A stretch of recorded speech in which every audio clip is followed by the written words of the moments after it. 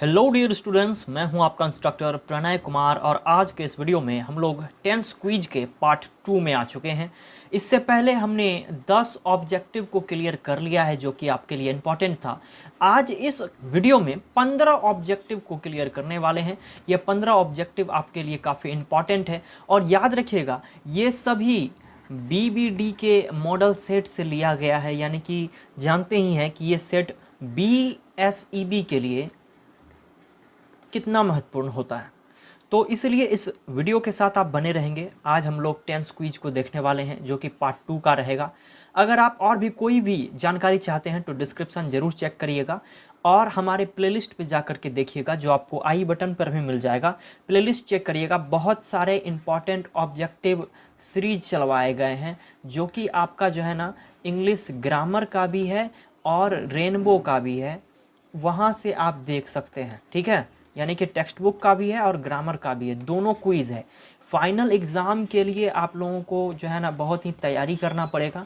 Objective जितना ज़्यादा हो सके, जितना ज़्यादा ऑब्जेक्टिव आप डील करेंगे उतना ज़्यादा फ़ायदे में रहेंगे। खास करके ये जो सब्जेक्ट है ना इंग्लिश, इसमें आप 90% स्कोर कर सकते हैं क्योंकि ऑब्जेक्टिव ही इसमें कितना है, 50 ऑब्जेक्टिव ही है इसमें। और सब्जेक्टिव तो इतना आसान आसान है ना कि आप ऐसे राइटिंग, लेटर राइटिंग नहीं लिख सकते, लिख सकते हैं। इसका पीडीएफ होगा तो इसका पीडीएफ मैं टेलीग्राम चैनल पर दे दूंगा इस MCQ का, आप जो है कि वहाँ से डाउनलोड कर सकते हैं। आइए आज के क्लास को स्टार्ट करते हैं।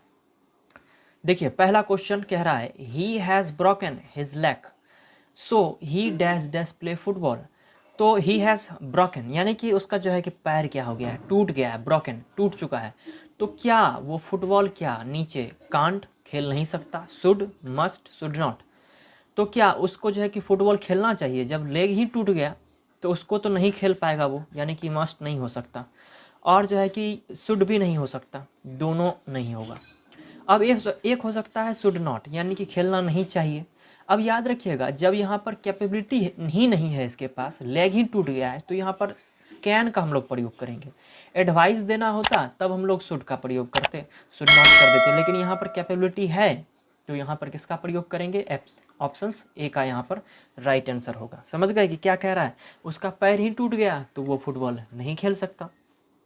नेक्स्ट क्वेश्चन की तरफ आए तो नेक्स्ट क्वेश्चन कह रहा है please be quit I dash dash my homework.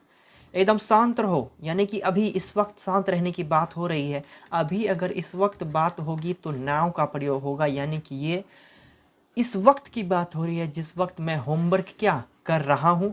तो आई के साथ इज नहीं लगता, ठीक है, आर नहीं लगता, एम लगता है। और लिसन, आई लिसन क्या होगा, आई लिसन माई होमवर्क, मैं लिसन। तो एक बात तो है, लेकिन अब यहाँ पर क्वेश्चन में थोड़ा सा ईरर है। ईरर क्या है कि होमवर्क, होमवर्क को लिसन थोड़े करेगा, टीवी या रेडियो को तो कर सकता है। तो यहाँ पर इसको थोड़ा सा डाउट है, यहाँ पर नहीं देखेंगे।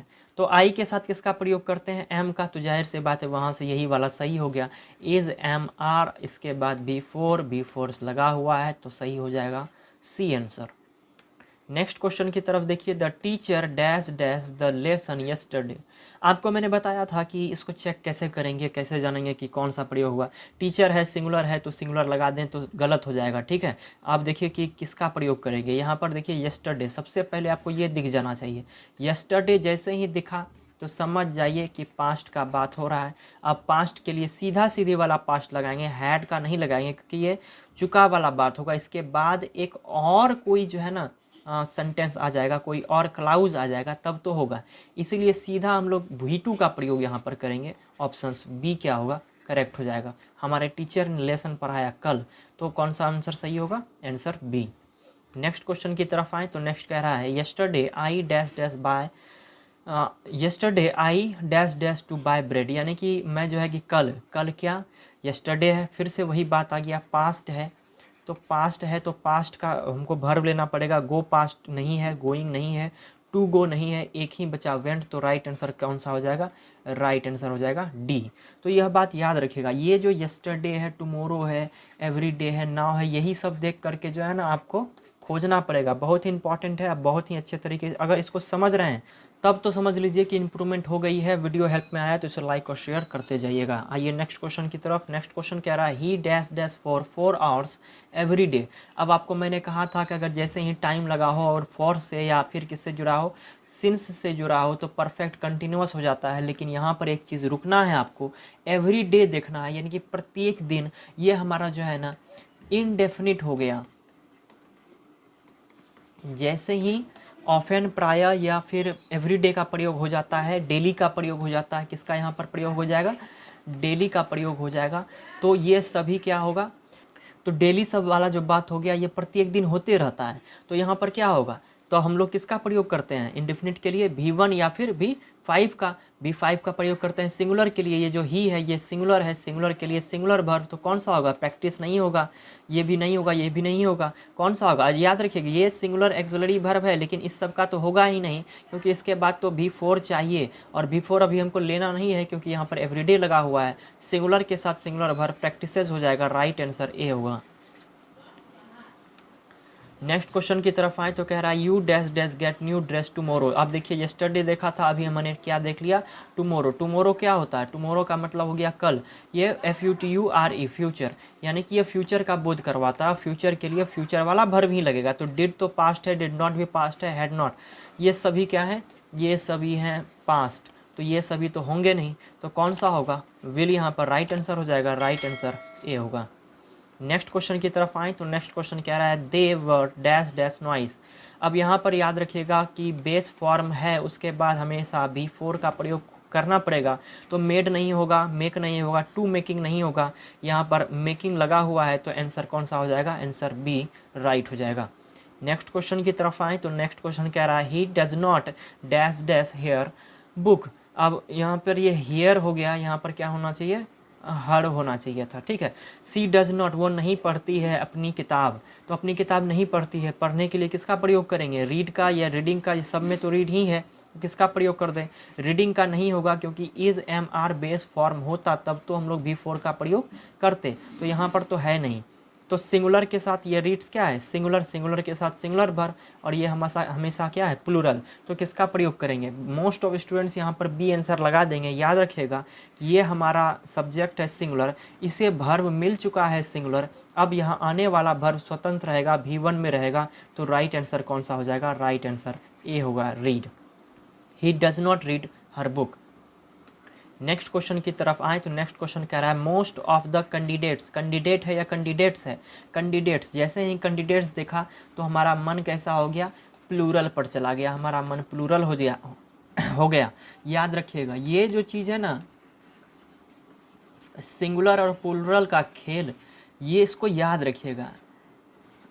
इस सिंटैक्स चैप्टर में पढ़ा भी दिए हैं, आई बटन पर देखिएगा, प्लेलिस्ट चेक करिएगा, मिल जाएगा, बहुत ज़्यादा इम्पॉर्टेंट है, यहाँ से समझना होगा बात को, ठीक है। तो ये प्लूरल हुआ, प्लूरल के लिए प्लूरल वर्ब लगाएंगे, तो हैविंग पास्ट ये V3 आ गया यहाँ पर, ये तो होगा नहीं। विल के बाद V3 आ गया, ये तो होगा नहीं। हैज़ के बाद V3 आया है, सही है, और ये तो सही है, और हैव के बाद V3 आया है, सही है, लेकिन अब यहाँ पर क्या है, प्लूरल है, प्लूरल के लिए प्लूरल लगाएंगे, तो हैव क्या है, हैव प्लूरल वर्ब है, तो यहाँ पर राइट आंसर क्या होगा, राइट आंसर सी हो जाएगा। समझ रहे हैं ना, एकदम तैयारी आप लोग खाली करते चलिए, ऑब्जेक्टिव देखते चलिए, देखिए कैसे होगा। Next question, we dash dash that you would succeed. अब यहाँ पर क्या, यहाँ पर होप का बात हो रहा है, यानी कि उम्मीद है कि आप क्या होंगे, सफल हो जाएंगे, ऐसा हमारा उम्मीद है। जैसे ही आपने वुड देखा, वुड क्या है, वुड आपको मैंने पहले भी समझाया था, विल का पास्ट फॉर्म है। तो जैसे ही याद रखिएगा, अगर इस क्लाउज में पास्ट है तो इस क्लाउज में भी पास्ट का प्रयोग करना पड़ेगा। तो पास्ट इसमें आपको कौन सा दिख रहा है, ये भी पास्ट नहीं, ये पास्ट है, लेकिन इसका प्रयोग हम लोग इस प्रकार से नहीं करेंगे, सीधा सीधी V2 देखेंगे कौन सा है, तो यहाँ पर राइट आंसर डी होगा, डी आंसर क्या हो जाएगा, सही हो जाएगा। We hoped that you would succeed. अब यहाँ पर अगर वुड खाली जगह रहता, यहाँ ऑप्शंस में रहता विल, तो यहाँ पर वुड होता इस पास्ट को देख करके। ये कनेक्शन हमेशा याद रखिएगा, ये भी इम्पॉर्टेंट है, ठीक है। मैं भी कई बार ऑब्जेक्टिव में लेता हूँ और आपके एग्ज़ाम में भी ये पूछता है, और ये हमारा जो है किससे लिया गया है, BBD के मॉडल सेट से। आगे चलिए, अगला क्वेश्चन कह रहा है he told me he dash dash give the examination next week. अब यहाँ पर नेक्स्ट वीक का भी बात हो गया, यहाँ पर टोल्ड का बात हो गया। अभी तुरंत बताए हैं कि ये टोल्ड क्या हो गया, ये टोल्ड क्या है, पास्ट। इसका प्रेजेंट फॉर्म होता है टेल, लेकिन अभी हमको टोल्ड से लेना देना है, यानी कि ये हमारा क्या है, पास्ट है। तो यहाँ पर भी हमारा क्या होगा, पास्ट होगा। इस बात को आप लोग याद रखिएगा। तो पास्ट पास्ट मिलना चाहिए। विल पास्ट नहीं है, वाज तो पास्ट है, इज पास्ट नहीं है, और वुड भी क्या है, पास्ट है। अगर यहाँ पर दे देंगे ही वाज, अगर यहाँ पर वाज हम लोग बैठा दें तो नेक्स्ट वीक का सेंस नहीं बन सकता, यानी आगे चल करके होगा। तो विल का पास्ट हमको लेना पड़ेगा। तो विल का पास्ट कौन सा है, वुड आंसर सही हो जाएगा। राइट आंसर कौन सा होगा, सी होगा। ये पहले वाला जो क्वेश्चन था वो यही था, इसी को बस वहाँ यहाँ पर खाली जगह कर दिया और यहाँ पर जो है दे दिया, यहाँ पर इसमें खाली जगह है और इधर दिया हुआ है। आपको बस यही चीज़ चेक करना है। अगर यहाँ पर पास्ट हो तो दूसरे क्लाउज में भी क्या होगा, पास्ट होगा। लेकिन अगर फ्यूचर का बात कर रहा हो तब तो हम लोग फ्यूचर के पास्ट का प्रयोग करेंगे। ठीक है, आइए नेक्स्ट क्वेश्चन की तरफ। नेक्स्ट क्वेश्चन कह रहा है Rajesh dash dash his mother tongue very influently. ये सब यहाँ से लेकर के यहाँ तक ये सब आपको ऐसे ही बड़ा कर दिया सेंटेंस को। एक बात याद रखिएगा, जो सब्जेक्ट है वो सिंगुलर, तो बराबर वर्ब भी कैसा होगा, सिंगुलर होगा। इस रामबाण सूत्र को याद रखिएगा। क्यों, आपको बताए थे, जैसे दे दिए रानी ईट होगा कि ईट्स होगा, तो रानी ईट्स, इतना सा ही बनवाते थे आप लोगों से ना, कि रानी ईट होगा कि रानी ईट्स होगा, बस यही समझना है। राजेश है, राजेश क्या है, सिंगुलर, तो सिंगुलर के साथ सिंगुलर वर्ब, तो यहाँ स्पीक्स होगा ना, सही आंसर हो गया। इतना ही है। ये सब जो है ना इसे फंसाने के लिए दे दिया कि राजेश बोलता है अपनी मातृभाषा को एकदम फ्लुएंटली तरीके से। स्पीकिंग नहीं होगा क्योंकि इसके पहले कोई भी हेल्पिंग वर्ब नहीं आया है, उसके बाद बी फोर आता। तो खैर ये तो वैसा सेंटेंस है ही नहीं, यहाँ पर इंडेफिनिट का प्रयोग होगा। तो राइट आंसर कौन सा होगा, बी हो जाएगा। नेक्स्ट क्वेश्चन की तरफ आए तो कह रहा है dash dash you brush your teeth every morning. जैसे ही एवरी का प्रयोग हो गया, डेली का प्रयोग हो गया, अभी तुरंत बताए थे कि वो इंडेफिनिट हो जाएगा, यानी ऐसी क्रिया जो चलती रहती है तो इंडेफिनिट का प्रयोग करेंगे। सब्जेक्ट यू है, यू के साथ आर भी लगा सकते हैं, हैव भी, डू भी, वर भी, ये सभी जो है ना यू के साथ प्रयोग किए जाते हैं। तब कैसे जानेंगे, यहाँ कौन सा प्रयोग करेंगे, यहाँ पर ये क्या हो गया, इंडेफिनिट हो गया, और इंडेफिनिट का हेल्पिंग वर्ब डू होता है और क्या होता है, डज होता है। डू लगाते हैं प्लूरल के लिए, डज लगाते हैं सिंगुलर के लिए, और यहाँ जो सब्जेक्ट है वो हमारा क्या है, वो हमारा सब्जेक्ट प्लूरल है। तो प्लूरल के लिए कौन सा प्रयोग करेंगे, डू का प्रयोग करेंगे। Do you brush your teeth every morning. Next question की तरफ आए तो नेक्स्ट कह रहा है dash dash is bad for health. अब यहाँ पर किसका प्रयोग करें, अब जाहिर सी बात है कि सब सोचेगा कि स्मोक का कर देते हैं। याद रखिएगा यहाँ पर राइट आंसर स्मोकिंग होगा। अगर वर्ब हो और उस वर्ब में आईएनजी लगा दें तो उसे सब्जेक्ट और ऑब्जेक्ट दोनों का स्थान दे दिया जा सकता है। इसी को जीरंट कहते हैं, और यहाँ पर ये जीरंट का प्रयोग कर रहा है तो यहाँ पर सी का प्रयोग होगा, smoking is bad for health. Next question की तरफ आए तो he has dash dash the prize. अब ही हैज़ है तो यहाँ पर जाहिर सी बात है V3 खोजना होगा। V3 विंस नहीं है, विन नहीं है, विल विन नहीं है, यहाँ पर वॉन का प्रयोग करेंगे। राइट आंसर ये हो जाएगा। जिस प्रकार से मैंने देखा, अगर वैसे ही आप देखना सीख जाएंगे तो समझ जाइए ये इतना इजी आपके लिए हो जाएगा ना कि टेंस का कोई भी आप सवाल देखेंगे, देखते ही उसका आंसर आप बता सकते हैं। तो मुझे उम्मीद है कि आज का वीडियो आपको पसंद आया होगा। अगर आपके कोई जूनियर स्टूडेंट्स हैं या तो उनके लिए सूचना के लिए बता दें कि हम आपके लिए लेकर के आए हैं एक फाउंडेशन बैच, जिसमें कि आपको वीडियो लेक्चर का समरी का पूरा वीडियो लेक्चर मिलेगा, ऑब्जेक्टिव सब्जेक्टिव का PDF मिल जाएगा, जहाँ पर कि मैं आपसे फेस टू फेस मिलता हूँ, पेन टेप पर समझाता हूँ, ऑब्जेक्टिव भी डील करता हूँ। ये आपको एकदम बेस्ट प्राइस पर मिलेगा। ज्वाइन करने के लिए कुछ नहीं करना, मेरे व्हाट्सएप पर आपको कांटेक्ट करना है। ये क्लास 11th का कोर्स है, याद रखिएगा 11th को भी करना ज़रूरी है। क्यों ज़रूरी है वो इसी कोर्स में हम लोग समझेंगे। तो फिलहाल अगर वीडियो आपके हेल्प में आया है तो उसे लाइक और शेयर जरूर कीजिएगा। चैनल पर नए हैं तो सब्सक्राइब करके बेल आइकन को हिट कर दीजिए। फिलहाल आज के लिए इतना ही, मिलते हैं किसी अन्य क्लास में।